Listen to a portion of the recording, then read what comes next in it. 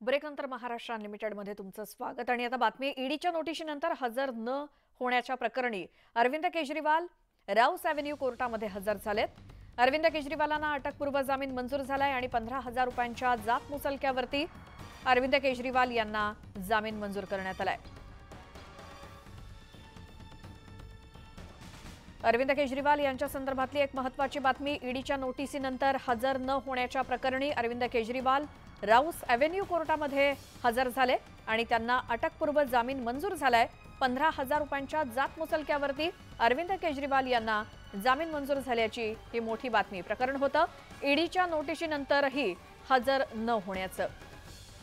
त्यानंतर आज अरविंद केजरीवाल राऊस एव्हेन्यू कोर्टामध्ये हजर झाले आणि त्यांना अटकपूर्व जामीन मंजूर झालाय। 15,000 रुपयांच्या जात मुचलक्यावरती अरविंद केजरीवालांना जामीन मंजूर करण्यात आलाय।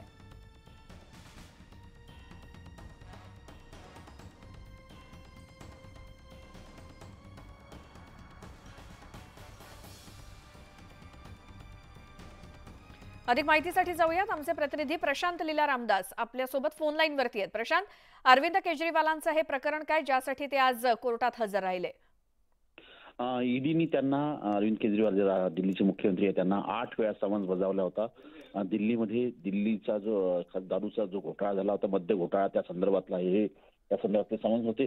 पण प्रत्येक वेळी अरविंद केजरीवाल उपस्थित राहू शकले नाही, त्यामुळे ईडी जे आहे ते कोर्टात गेलं होतं आणि त्यांना हजर राहण्याचा आदेश द्यावा अशा प्रकारची याचिका त्यांनी दाखल केली होती। त्या याचिकेवरती, ईडीच्या याचिकेवरती आज दिल्लीतील राऊज एव्हेन्यू कोर्टामध्ये सुनावणी झाली आणि त्या दरम्यान लोकसभा निवडणुकीच्या मोठा एक दिलासा त्यांना मिळाला आहे। अरविंद केजरीवाल यांना त्यांना 15,000 रुपयाच्या जात मुचलक्यावरती जामीन मिळालेला आहे। या जो समन्स बजावलेला होता त्या समन्सच्या संदर्भात ही आज सुनावणी झाली आहे, त्यामुळे एक मोठा दिलासा अरविंद केजरीवाल यांना मिळालेला आहे असं म्हणावं लागेल। स्टुडिओ प्रशांत, धन्यवाद या सगळ्या माहितीसाठी।